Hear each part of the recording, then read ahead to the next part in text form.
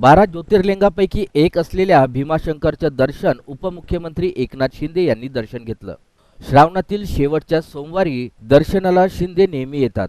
दिवंगत आनंद दिघे यांच्यासोबत शिंदेंनी ही परंपरा सुरू केली होती। शिंदे यांनी शिवलिंगाला अभिषेक घालत भीमाशंकरची आरती केली।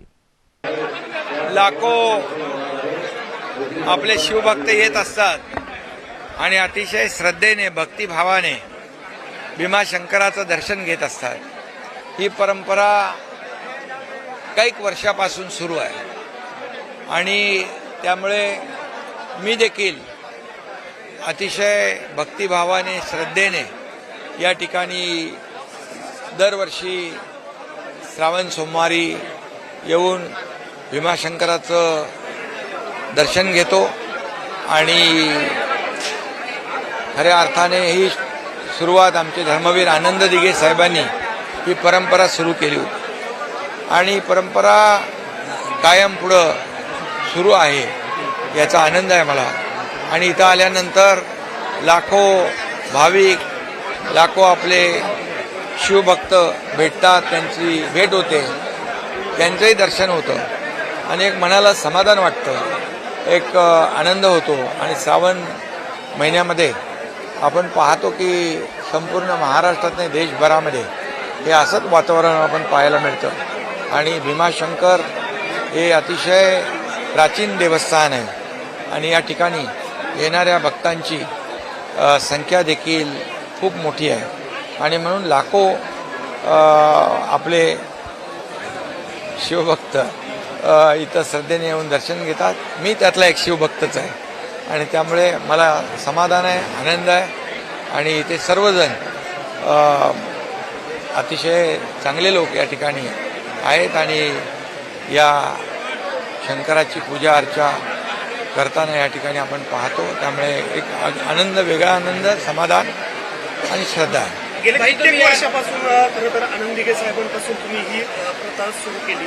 दर्शनाला तर आपण सोमवारचं तर येतच असतं, मात्र येताना आपल्याला या भीमाशंकरला पोहोचण्यासाठी इथे येणारे जे रस्ते आहेत ते एकदम खडतर आहेत, पाहिलं मी। आणि आता जो काही कॉन्क्रीटचा रस्ता काही ठिकाणी झालेला आहे आणि तसाच रस्ता चांगला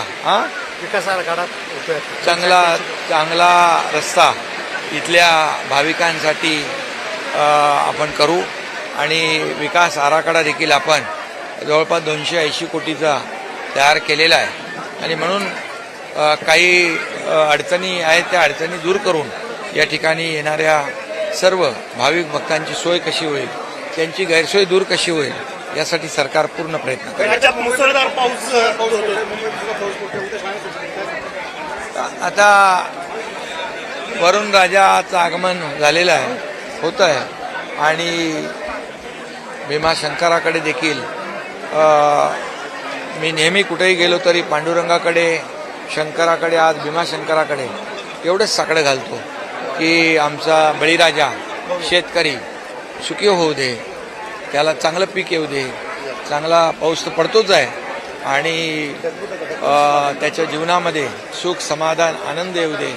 तसेच आमच्या लाडक्या बहिणी, लाडके भाऊ, लाडके ज्येष्ठ महाराष्ट्रातली तमाम जनता या सर्वांच्या जीवनामध्ये सुख, समाधानाचे, आनंदाचे दिवस येऊ दे हीच भीमाशंकराकडे प्रार्थना आहे। शिवभोजन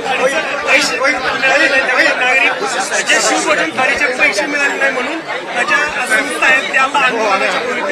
ज्या काय अडचणी आहेत त्या सरकार दूर करेल। सर्वसामान्यांचं सरकार आहे, त्यामुळे सर्वसामान्यांना न्याय देण्याचं काम सरकार करेल।